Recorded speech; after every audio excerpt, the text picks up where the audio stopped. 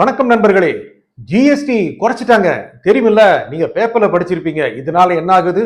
நிறைய விலை குறையுதுங்க. என்னென்ன விலை குறையுது?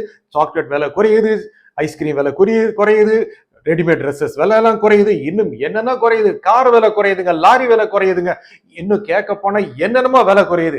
அப்புறம் என்ன? உங்களுக்கு என்ன கவலை சொல்லுங்க? உங்களுக்கு எனக்கு என்னங்க கவலை இருக்கு? நேரா போய் அப்படியே சாக்லேட் வாங்கிக்கணும், அப்படியே லாக்லேட் வாங்கி சாப்பிடணும், ஐஸ்கிரீம் வாங்கி சாப்பிட்டு தீக்கணும். நம்ம வீட்டு குழந்தைகளுக்கு எல்லாம் லாரி லாரியா ஐஸ்கிரீம் வாங்கி கொடுக்கலாம். கார் இல்லையா? உடனே போங்க. கார்லாம் 1,50,000 இருந்து கிட்டத்தட்ட 5 லட்சம் 8 லட்சம் வரைக்கும் விலை குறைஞ்சிருக்குங்க. நேரா போங்க, காரை கொண்டு வருங்க. ஒண்ணு இல்ல 10 கூட கொண்டு வாங்க. டிவி விலை எல்லாம் குறைஞ்சிருக்காங்க, ஃப்ரிட்ஜ் விலை குறைஞ்சிருச்சுங்க, ஏசி விலை எல்லாம் குறைஞ்சிருச்சுங்க. இதெல்லாம் வாங்கி வீட்டை அடைக்க வேண்டாமா? எவ்வளவு பெரிய விஷயம். நமக்காக ஜிஎஸ்டியை குறைச்சிருக்காங்க, தெரியுமா தெரியாதா? ஆனா இதுக்கெல்லாம் காசுக்கு எங்க போறதுங்க? ஐயோ, அதுக்காக இந்த மத்திய அரசு இதை கொண்டு வந்திருக்கு. நம்முடைய பிரதமர் திரு மோடி ஐயா சுதந்திர தின உரையில் என்ன சொன்னாரு? தீபாவளிக்கு உங்களுக்கு பரிசு காத்திருக்கிறது அப்படின்னாரு. ஜிஎஸ்டி குறையும் அப்படின்னு சொன்னார். எல்லாருக்கும் ஒரே குதூகலம், என்னன்னா அந்த பரிசு, அந்த பரிசு மிகப்பெரிய பரிசா இருக்குன்னு நினைச்சாங்க.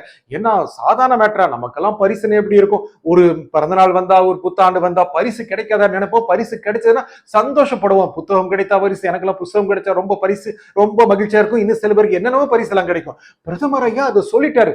அடடா, ஜிஎஸ்டியை குறைக்க போறாராமே, நமக்கு எவ்வளவு சந்தோஷம். ஆனா அந்த ஜிஎஸ்டியை எத்தனை நாள் அதிகம் வச்சாங்கிறது இருக்கும் இல்லைங்க. கிட்டத்தட்ட 8 வருஷம் முன்னால 2017 ஜிஎஸ்டி கொண்டு வந்தாங்க. அப்ப இருந்து என்ன ரேட் இருந்ததுங்க? ஜிஎஸ்டி அவ்வளவு அதிகமா இருந்துச்சு. அந்த பணம்லாம் நம்ம கொடுத்த பணம் தானே, அந்த வரியில நம்முடைய பணம் தானே, அதெல்லாம் மத்திய அரசுக்கு போச்சு இல்ல. நம்ம பணத்தை தான் மத்திய அரசு எத்தனை நாள் நம்முடைய வரியாக வசூலித்து வந்தது. அது எந்த அரசாக வேண்டுமானாலும் இருக்காங்க.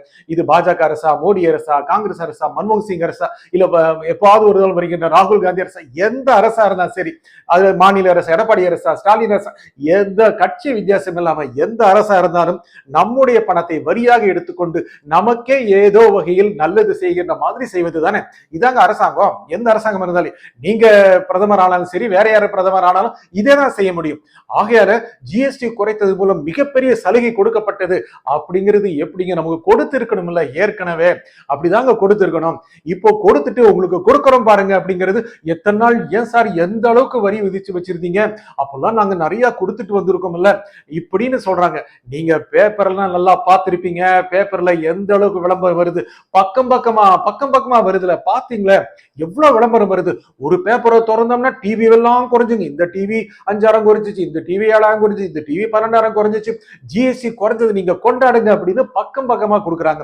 இன்னொரு பக்கம் போனா, ஐயா பிஸ்கட் சாப்பிடலையா நீங்க? பாருங்க எத்தனை வகை பிஸ்கட் இருக்குங்க. நேத்து 8 ரூபாய்க்கு வாங்கின பிஸ்கட் இன்னைக்கு 6 ரூபாய்ங்க, நேத்து 20 ரூபாய்க்கு வாங்கின பிஸ்கட் இன்னைக்கு 16 ரூபாய்ங்க, இப்படின்னு விளம்பரம் தானாங்க.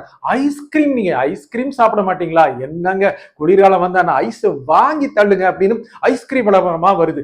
டிவி வாங்குங்க, டிவி வாங்க, அவ்வளவு டிவி வாங்கும். ஏசி மிஷின்லாம் விலை குறைஞ்சிச்சுங்க. அப்பாவா, ஒரு வீட்டுல எத்தனை ஏசி மிஷின் வாங்கி தள்ளுங்க, வீட்டை நிறைச்சிருங்க, குழந்தைகளுக்கு என்ன வேணும் வாங்கி கொடுங்க.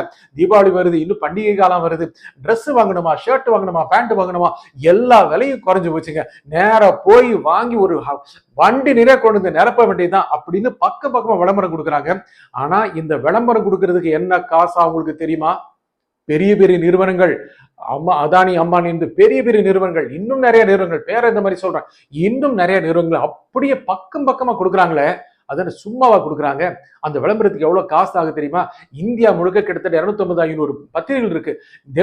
தினசரி பத்திரிகை எல்லாத்துலயும் ஒரு பக்க விளம்பரம். அதுக்கெல்லாம் 5,000 10,000 கொடுப்பாங்க. கோடிக்கணக்கான ரூபாய் அந்த விளம்பரத்துக்கு மட்டும் ஆயிருக்குங்க. இந்த விளம்பரங்களுக்கு மட்டுமே கோடிக்கணக்கான ரூபாய் ஆயிருக்கு. அவ்வளவு பணம் இந்த பெரிய நிறுவனங்கள்கிட்ட இருக்குதானே அர்த்தம். அந்த பணத்தை எங்கிருந்து வசூலிப்பார்கள் சொல்லுங்க? விளம்பரத்துக்கு செலவு பண்ற அந்த கோடிக்கணக்கான ரூபாய் பணத்தை யாருக்கிட்ட செலவு பண்ணுவாங்க? யாருக்கிட்ட வசூலிப்பாங்க? நம்ம கிட்ட இருந்தாங்க. அவங்க டிவி விளம்பரம் கொடுத்தன சர்ற வண்டி எடுத்துட்டு போய் டிவி வாங்கிட்டு வந்துருவோமா? இல்ல பிஸ்கெட் விலை எல்லாம் குறைஞ்சிச்சோன்னா நேரா போய் அப்படியே போய் ஒரு பக்கத்து கடையில போயிட்டு 10 பிஸ்கெட் வாங்கிட போறோமா? ஐஸ்கிரீம் எல்லாம் குறைஞ்சிச்சுங்க, கொடுங்க ஒரு 100 ஐஸ்கிரீம் குழந்தைங்க வாங்கி தரலாம் அப்படின்னு நினைப்போமா? இல்ல வீடு ஃபுல்லா டிவி வாங்கி வச்சுக்கோமா? இல்ல டிராக்டர் வாங்கி வச்சுக்கோமா? இல்ல கார், ஐயோ கார் விலை இல்லாங்க, ஒரு பேசிக் லெவல் கார் வாங்குங்க, அது எத்தனை நாள் 4 லட்சம் வந்துச்சு, இப்போ 3,4 லட்சம் 3,4 லட்சத்துக்கு வந்துருச்சு, உடனே கார் வாங்குங்க, இஎம்ஐ எல்லாம் குறைஞ்சிச்சு, இப்படி நினைக்க போறோமா?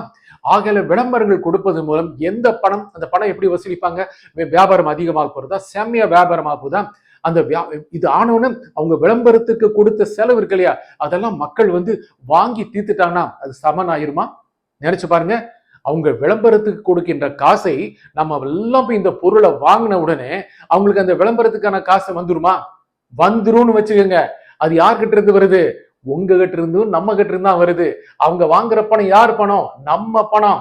அந்த பணம் நமக்கு எப்படி வந்துச்சு? தினந்தோறும் உழைச்சு சம்பாதிக்க வேண்டியது இருக்குங்க. நம்ம நாட்டுல, நம்ம மாநிலத்துல எங்க பார்த்தாலும் பெரும் பணக்காரர்கள் இருக்காங்கன்னா அவங்க 1%, 2% இவ்வளவுதாங்க இருக்காங்க. பெரிய பெரிய கோடீஸ்வரர்கள் ஒரு மாநிலத்தில் இருக்காங்க அப்படின்னா கிட்டத்தட்ட போனா ஒரு 1,00,000 பேர் இருக்காங்க, 2,00,000 பேர் இருக்காங்க.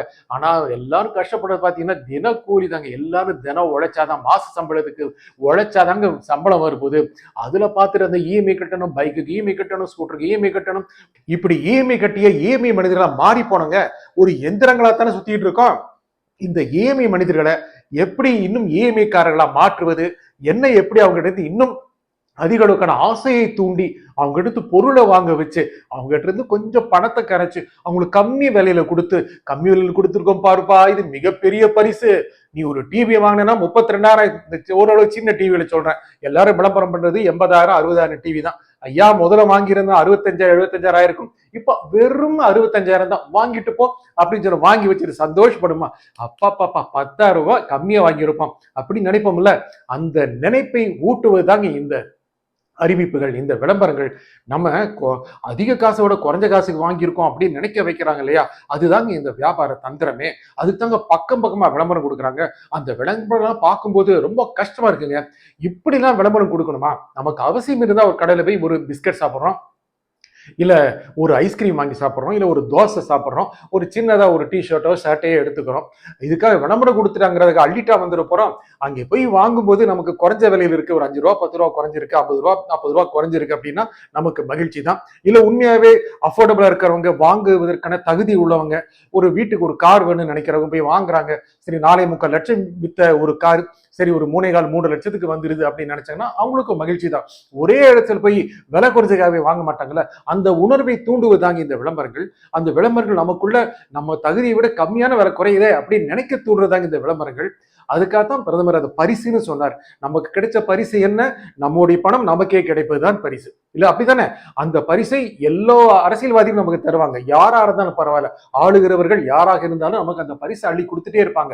இலவசங்கள் அப்படிதான் கிடைக்குது, இலவச பயன்கள் கிடைக்குது, இந்த ஒரு மாதந்தோறும் கிடைக்கின்ற உதவித்தொகைகள் எல்லாமே நம்முடைய வரி பணம் தான்.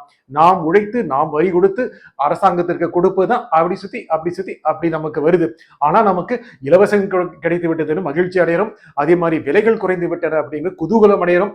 அந்த குதூகலத்தை கொடுக்கணும், அந்த மகிழ்ச்சி கொடுக்கணும், அந்த உற்சாகத்தை கொடுக்கணும், அந்த துள்ள கொடுக்கணும். அப்படிங்கிறது தாங்க இங்க இருக்கின்ற பொருளாதார அரசியல். அதை சரியா புரிஞ்சுக்கோங்க. இந்த ஒரு பக்க விளம்பரங்கள் பார்க்கும்போது உங்களுக்கு எப்படி இருக்குன்னு நினைச்சு பாருங்க. உங்களுக்கு சந்தோஷமா இருக்கா? அடாடாடா நமக்கு தெரியாம போயிருச்சு. எத்தனை பேருக்கு தெரியும் ஜிஎஸ்டி எல்லாம் குறைஞ்சு போச்சுன்னு?